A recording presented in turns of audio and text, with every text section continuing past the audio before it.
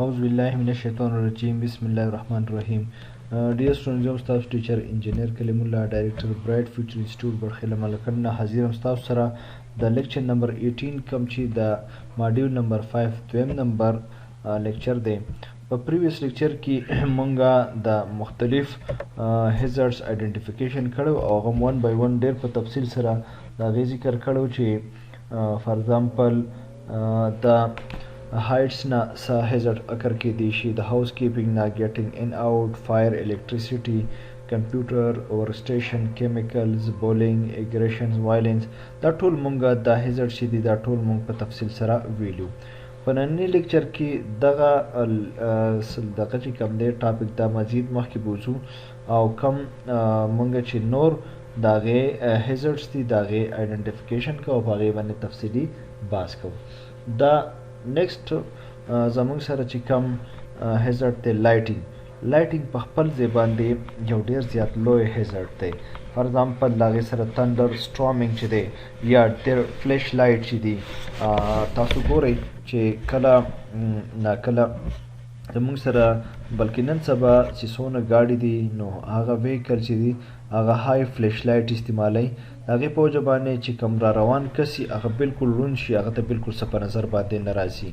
یا ډیر پیر تاسو کتلی چې یو طرف ته فلیش لایټس لګېدلی بل کس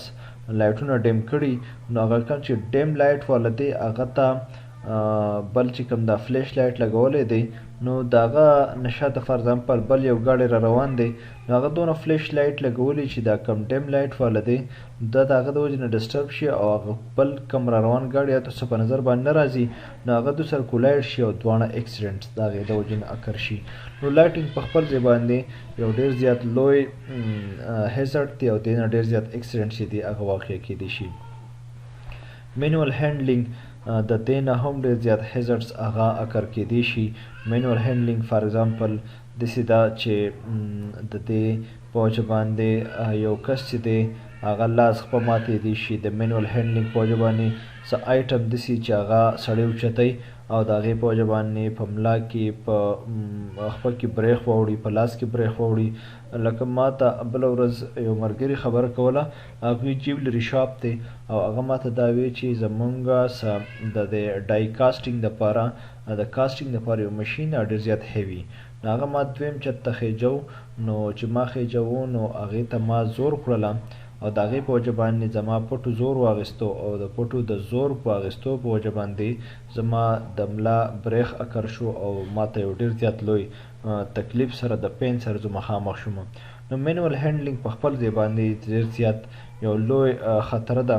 او په مینوال هینډلینګ کې ما تاسو ته یو اگزامپل مخکې درکړی اوس بیا تاسو ته هغه بیانوم. موږ یو ملګری نو هغه په خپل باندې په یو ټیلیکام کمپنۍ کې کار کو نو هغه د بل ملګري سره تللی نو هغوی په بی ټي ایس باندې هلته چې کوم ټاور یې هغې د هغې یو مشین و هغه یې وړی نو دوی داسې وکړل چې هغه ایریا داسې لږ ډیزرټ ایریا وه نو دوی ووایي چې یو ملګري ورته ووایي چې ګوره دا مشین چې مونږ کوزو نو په کار چې دې لپاره مونږ کرین راولو فورکلیفټر راولو په هغې کې دا مونږ په قلاره باندې کوز کړو. خو بل ملګري ورته ووایي چې نه مړه دا خو اسان کار دی خو بس په دې پسې به رسۍ وتړو او هغه رسۍ به په دې بل ګاډي پسې وتړو او دا ګاډی به په ریورس باندې زور کړي او دا کوم مشین چې دی دا په دې طریقه باندې راکوز کړي. نو هغه وایي چې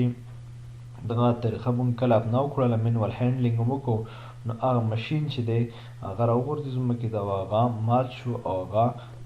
مل فنکشن د هغې شو مطلب دا چې هغه د هغې فنکشن ډسټرب شو. نو د هغې په وجه باندې دغه کم پرسن چې دی دیم جرمانه شو دی چې په کم کمپنۍ کې و نو هغه کمپنۍ هم په هغې باندې بین ولګېدو هغه هم جرمانه شوله. نو مینوال هینډلینګ په خپل ځای باندې یو لویه زیاته خطره ده. نایس چې دی نایس په خپل ځای باندې یو هزارډ دی ځکه چې د دې په وجه باندې ځینې ساونډز دي چې هغه سوپرسانیک وي هغه چې کله راځي نو د انسان د غوږونو د پرده چې کوم دی هغه شلی او یا که هغه ونه شلی نو د دو د مازغه چې دی هغې ته دونه زور ورکوي چې هغې په وجه باندې د انسان ته په سر باندې درد راځي یا د دو د مزغو ورک شلیږي یا دی چې دی نور تکلیف سره مخامخ کېدی شي. دې وجه باندې نایس چې دی په خپله ځای باندې ډېر زیات یو لوی هیزارډ دی او ځکه چې کم پولوشن د نایس په وجه باندې کریټ کېږي نو دیټ از نون ایز نایس پولوشن او نایس پولوشن چې دی تاسو ته پته ده نن سبا خلک چې دي هغه د ښاریو نه د کلو ته یا غرونو طرف ته ځکه هغوی دغه ځایګې خوښوي او تنهایۍ طرف ته ځي چې د نایس په وجه باندې خلک د لوی تکلیف سره مخامخ وي د ډېر زیات مسلو سره مخامخ وي نو دې وجه باندې نایس په خپل ځای باندې یو لویه خطره ده او د دې د وجې نه ډېر زیاتې خطرات چې کوم دي هغه لاحق کیدی شي سلیپس اینډ ټریپس دا یو په خپل ځای باندې یو لوی هیزارډ دی دې وجه باندې ځکه چې ځینې ابجکټ داسې چې په هغې باندې سړی سلیپ کېږي او د هغې په وجه باندې ټریپ کېږي او فال کیدی شي فار ایگزامپل موږ ووایو چې د کیلې یو چلکه پرته ده او هغې باندې سړی وښویږي او هغې په وجه باندې سلیپ او ټریپ اکر شي یا موږ بل یو اگزامپل ما مخکې هم بیان کړی و چې داسې وه چې په یو کې یو فیمیل وه او هغې د میګا مارټ نه شاپینګ وکړو بهر راووتله او کله چې هغه په کار پارکینګ کې خپل کار ته ختله په دغې دوران کې دغلته چېرته ده بنانه چلکه پرته وه په هغې باندې هغه وښویېدله او هغه راوغورځېدله لاس مات شو یا خپه مات شوله یا هسې سمال انسیډنټ سمال انجري اکر شوله بهرحال هغه زنانه لاړله او په کوټ کې هغې یو کیس فایل کړو دغې میګا مارټ والا خلاف کوټ چې دی هغه دغه میګا مارټ اونر راوغوښتو او هغه ته یې دا وویل چې تاسو چونکې دا ستا جورسډکشن دی ستا په جورسډکشن کې دا فیمیل چې دا راغورځېدلې ده او دې ته نقصان رسېدلی دی او هغه نه صرف وارن کو بلکې په هغه باندې فاین هم ولګولو او هغه ته یې وویل چې ته به دا خبره انشور کې چې ستا دلته یو امپلای ولاړي او باقاعده طور باندې هغه دلته کلیننس کوي هغه پراپر د صفایۍ خیال ساتي که دلته څه ویسټ غورځېږي چې هغه پراپر هغه دغه ډسپوز اپ کوي او هغه خپل ځای ته رسوي نو دا سلیپ اینډ ټریپ چې دی دا ډېر زیات یو لوی هیزارډ دی دې نه مخکې په سلایډس کې مونږ کتلي په پریویس لیکچر کې چې هغه یو پرسن دی هغه لګیایي فرش صفا کوي نو د هغې نه چارچاپېره هغه چې کوم سیفټي ټریپس وي هغه یې نه یې لګولي کوم چې سټرپس لګېدلي هغه یې نه یې لګولي او د هغې په وجه باندې یو کس را روان په تیزۍ سره او ویټ فلور مونږ دا خبره کړې وه چې ګیله فرش چې دی دا هم په خپل ځای باندې یو لویه خطره ده او هغه په هغې کې وختو او چې کله وختو نو هغې کې د هغه خپه وښویېدله او سړی راوغورځېدو نو سلیپ اینډ فال چې دی ټریپس سلیپ اینډ ټریپس دا په خپل ځای باندې یو لویه خطره ده او د دې په وجه باندې لاس خپه ماتېدی شي سړي ته اکسیډنټ یا انسیډنټ اکر کیدی شي د سلیپ اینډ ټریپس چې دی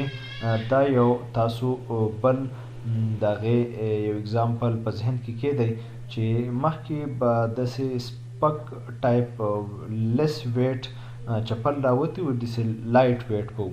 لایټ ویټ چپل به و نو هغه چپل خو په خپو کې سپک په فیل کېدله خو د هغې لوی نقصان دا و چې د هغې په وجه باندې به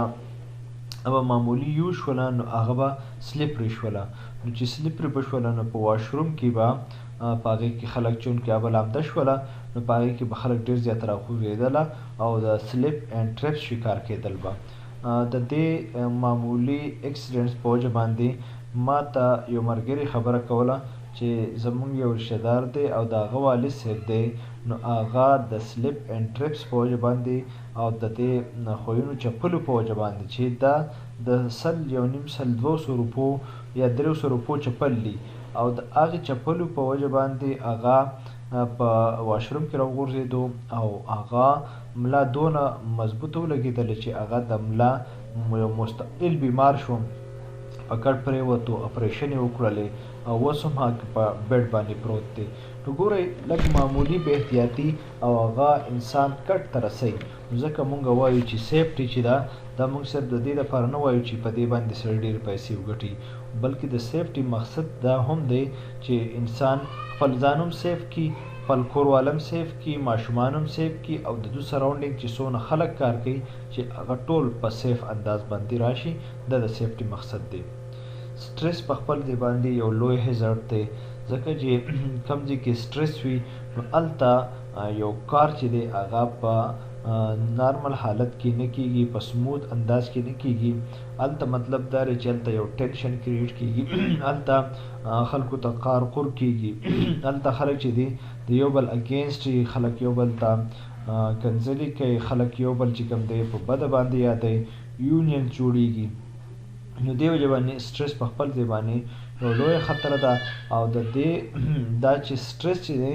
دا لیډینګ ټو ادر هیزرډس، ځکه چې کله انسان باندې سټرس وي نو د هغې په وجه باندې هغه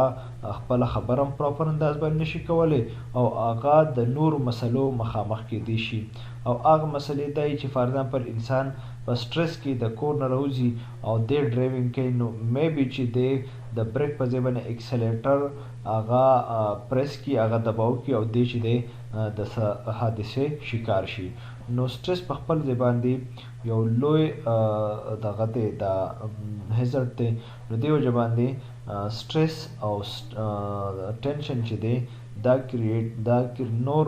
هیزرډ چې دی دا کریټ کوي. نو ځکه دا ایوایډ کول پکار دي. ځکه خو چا یو ډېره ښکلې خبره کړې ده چې د کریشن آف ټینشن از د ډیث آف ټیلنټ. چې کله ټینشن کریټ کیږي نو چې په انسان کې دننه کم صلاحیتونه دي، کم ټیلنټ دی، هغه پکې مړ کیږي. نو ځکه د سټرس او د کم چې ټینشن دی دا ایوایډ کول پکاري، دا پرېښودل پکاري. ځکه چې تاسو سټرس واخلئ د هغې په وجه باندې به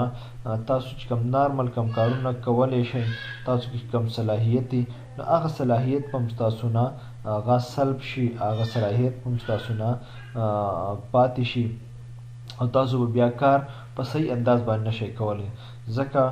هر یو کار چې دی هغه په سموث انداز باندې کول پکار دی. یو کار داسې نه چې هغه انسان په خپل ذهن باندې دونه سوار کړي چې بیا کم را روان کارونه وي چې هغه دونه ډسټرب شي. ځکه چې سټرس کې یو مسله دا هم ده چې دا ستاسو ټوله توجه یو پوینټ باندې مرکوز کوي، او په یو پوینټ باندې به ستاسو بیا توجه وي، او ذهن به ستاسو مفلوج شي، بل کار به نشي کولی. چې بل کار نشي کولی نو بیا به تاسو نور کارونو ته لپاره ټایم نشئ ورکولی، د هغې لپاره به شیډیولینګ نشئ کولی. نو دې وجه باندې سټرس چې دی دا ایوایډ کول پکار دي. امید لرم چې دې پورې چې کوم مونږ هیزرډس وویل، لایټینګ، مینوال هینډلینګ، نایس، سلیپ اینډ ټریپس او سټرس، دا به تاسو په ښه طریقه باندې زده کړي. اوس ورکړئ اجازه خپل ټیچر انجینیر کلیم الله ته په لوی الله سپارم. د الله په امان.